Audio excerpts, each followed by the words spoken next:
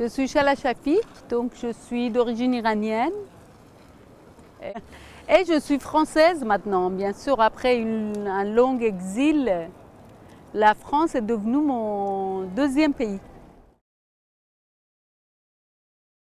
J'étais amenée, conduite plutôt sur le chemin de l'exil à la fin des années 82, parce qu'à l'époque, c'était juste 3 ans après la révolution iranienne de 1979, qui se voulait une révolution antidictatoriale. Mais finalement, l'arrivée des islamistes au pouvoir a fait que tous nos rêves d'une libération s'est tourné en cauchemar. Et donc effectivement, j'étais à l'époque très jeune étudiante militante de gauche. Et donc j'avais participé dans la révolution avec beaucoup d'espoir. Mais après, il y a une répression très importante qui a été mise en place par le pouvoir islamiste. Et donc j'étais obligée de quitter le pays puisque j'étais sur la liste noire. Donc effectivement, je suis partie à cette époque-là et c'était tout à fait par hasard que je suis venue en France puisque ce n'était pas du tout un choix délibéré, comme c'est le cas de pas mal des exilés politiques. Donc j'avais une possibilité de venir. Si vous voulez, ce qui diffère quelque part l'exil de l'immigration dans le sens classique, puisqu'on sait très bien maintenant que le monde a changé depuis les années de Convention de Genève, ça a beaucoup changé, il y a pas mal de croisements entre les trajectoires d'exil et de l'immigration. Vous avez pas mal d'immigrés aussi qui n'ont pas fait le choix de l'immigration. Mais là, classiquement, l'exil se diffère de l'immigration, et c'était mon cas aussi, par le fait qu'il n'y a pas un projet avant, ce n'est pas un choix. D'un coup, on est projeté dans un autre espace, et d'autant, par exemple, moi, je ne connaissais rien de la langue française, bien que je connaissais pas mal Paris, la France, à partir des romans français traduits en persan. Et il m'arrivait d'aller dans les rues de Paris que je connaissais par avoir lu, mais je ne connaissais rien ni de cette langue, ni voilà. Donc c'est effectivement, c'est ça, c'est là où il y a une sorte de violence qui est imposée. Mais ça, c'est le premier temps d'exil qu'on pourrait, les exilés chiliens parlent d'un temps entre parenthèses.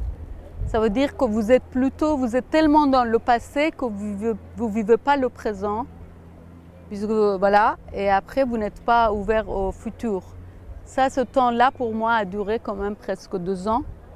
Et une fois sorti, l'exil prend d'autres significations. Donc après, petit à petit, j'ai commencé à apprendre la langue. Et donc après, j'ai commencé à me projeter ici en France. Et ça a changé. Mais l'exil est toujours là, puisque comme j'écris aussi en persan et comme ça circule, les écrits, je ne peux toujours pas rentrer, effectivement, sans danger. Et bien qu'avec la nouvelle technologie, l'exil se diffère, bien sûr, il y a une autre communication. Nous ne sommes pas dans le cas, par exemple, des exilés à l'époque de l'Union soviétique ou de Chili ou d'Espagne. Ce n'est pas du tout la même chose. Mais en même temps, il y a quand même cette séparation brutale et imposée qui est là. En fait, c'est une question qu'on se pose quand quand la chercheuse ou la personne qui écrit fait partie de son sujet. C'est mon cas, mais je pense que c'est parce que moi, l'écriture, en fait, je me définis pas dans un statut chercheuse classique. Ça veut dire qu'il n'y a pas une objectivité pure et dure. Et donc, de toute façon, que vous soyez dans votre sujet, que vous ne le soyez pas, vous n'êtes jamais 100% objectif. Donc effectivement, quand vous travaillez sur un sujet qui croise votre vie, c'est encore plus complexe. Mais pour moi, c'était un atout, puisque de toute façon, moi, mon travail sur les choix de sujets, c'est par rapport au fait que je voudrais plutôt élucider les sujets pour moi-même tout d'abord. Donc ça aide quand même, mais je prends la distance. Bien sûr, l'écriture permet à à prendre la distance et c'est là où ça devient intéressant. Donc il y a quand même un effort d'objectivité qui m'est imposé doublement. Et ça, c'était quand même un défi intéressant que j'ai su affronter. Et d'ailleurs, moi, quand je suis arrivée ici, je suis allée continuer mes études à la Sorbonne et après à l'école d'autres études en sciences sociales. Donc j'ai commencé à travailler sur les sujets qui m'ont hantée personnellement. Ça a été premièrement en voile, après l'islam politique, et après, petit à petit, malheureusement, ça s'est complexifié dans le monde actuel, puisqu'on est quand même dans une histoire de retour de religieux dans la politique qui est très important. Et ce n'est pas que pour l'islam, pour toutes les religions. Donc effectivement, j'ai été amenée à continuer ce travail. Mais en même temps, j'ai commencé aussi à travailler dans le domaine des relations interculturelles, sur toutes les questions de racisme, de discrimination, etc. Ça, c'est devenu aussi un autre champ de rapport à l'étrangeté, à l'autre. Et je fais aussi un travail littéraire, donc ces ensembles des champs se sont croisés et se sont enrichis. Donc en fait, pour moi, tout a été sujet de l'écriture et d'observation. Moi, je pense que dans le milieu de recherche comme partout, on pourrait, en tant que femme et chercheuse, être confrontée et surtout quand on est femme et chercheuse et on travaille sur les sujets qui sont quand même un peu dévalorisés. Ça veut dire qu'on appartient quand même à des questions, si vous voulez, qui concernent la répression, les discriminations, etc. Effectivement, il faut toujours se confronter à cette dévalorisation. Et il faut être doublement et triplement compétent. Ça, c'est les femmes, toutes les connaissent. De toute façon, dans tous les métiers, c'est comme ça.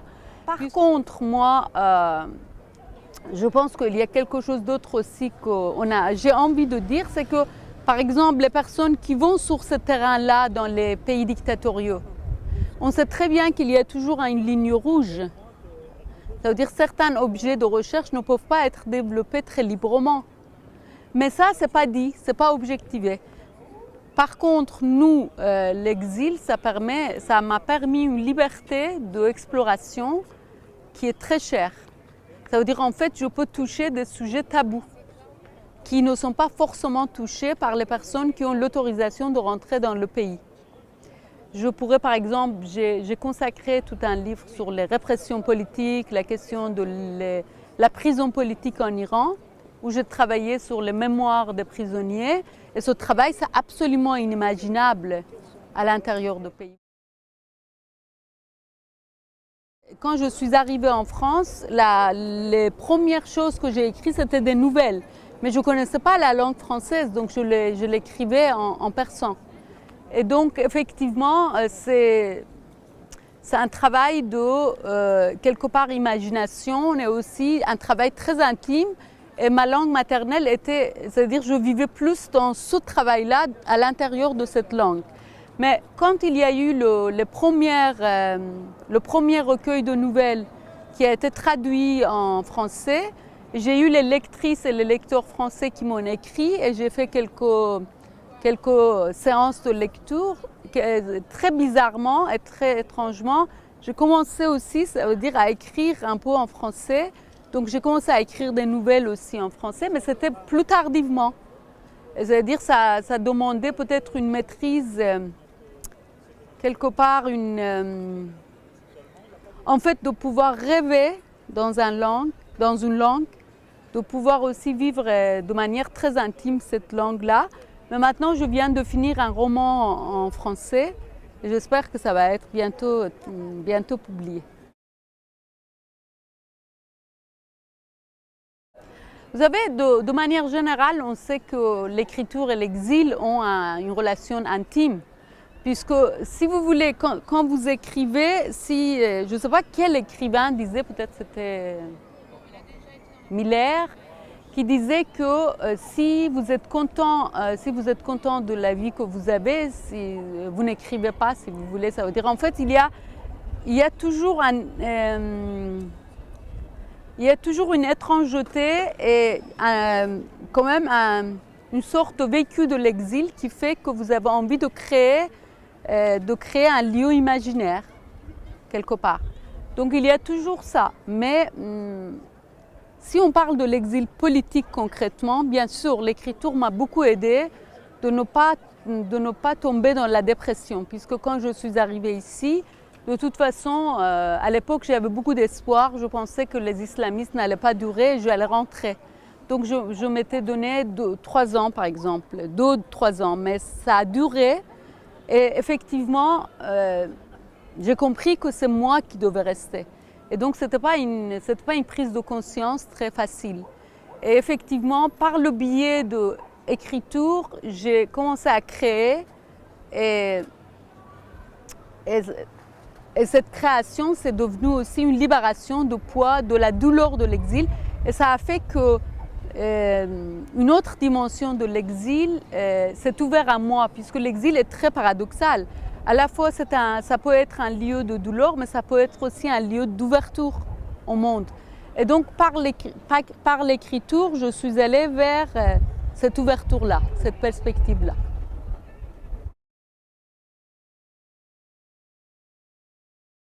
La France, le pays droit d'asile, n'a pas tout son sens. De toute façon, l'Europe a tendance à fermer les frontières et donc les exilés sont pas très bienvenus, si vous voulez. Et paradoxalement, les femmes se trouvent de plus en plus nombreuses sur le chemin de l'exil, mais elles vivent aussi de plein fouet les questions d'absence d'un accueil approprié. Aussi la question, par exemple, sur les chemins de l'exil, on sait très bien que les femmes vivent des violences multiples, puisque de toute façon, les femmes, dans leur corps, elles vivent aussi des situations très particulières. Et quand vous regardez sur la route de l'exil, avec les déplacements massifs après les guerres, les femmes sont les victimes, les hommes aussi, mais les femmes, en tant que femmes, sont confrontées à un peu des situations spécifiques par rapport à être femme. Dr Saedi, qui était un grand écrivain iranien, qui a été complètement détruit par l'exil, puisqu'il a été conduit comme nous à l'exil, mais il a été d'une autre génération. Et donc, effectivement, il ne voulait absolument pas rester en exil. Et là ça l'a amené à un processus d'autodestruction. Et donc, il écrivait, à l'époque, quand j'ai lu ses notes, il disait que Paris, pour lui, c'était comme des cartes postales. Il ne voyait pas la vie. Il voyait plutôt comme un grand musée, comme une casse. Voilà. Mais moi, j'ai pu sortir de là et retrouver la France que j'avais aimée à partir de la littérature française que j'avais choisi de lire à l'époque. Mais j'ai compris que cette France que je cherchais, ce n'était pas toute la France, qu'il y avait quand même plusieurs France en France. Et comme il y a plusieurs Iran en Iran, et donc c'est-à-dire moi j'ai fait cette démarche d'aller chercher cette France humaniste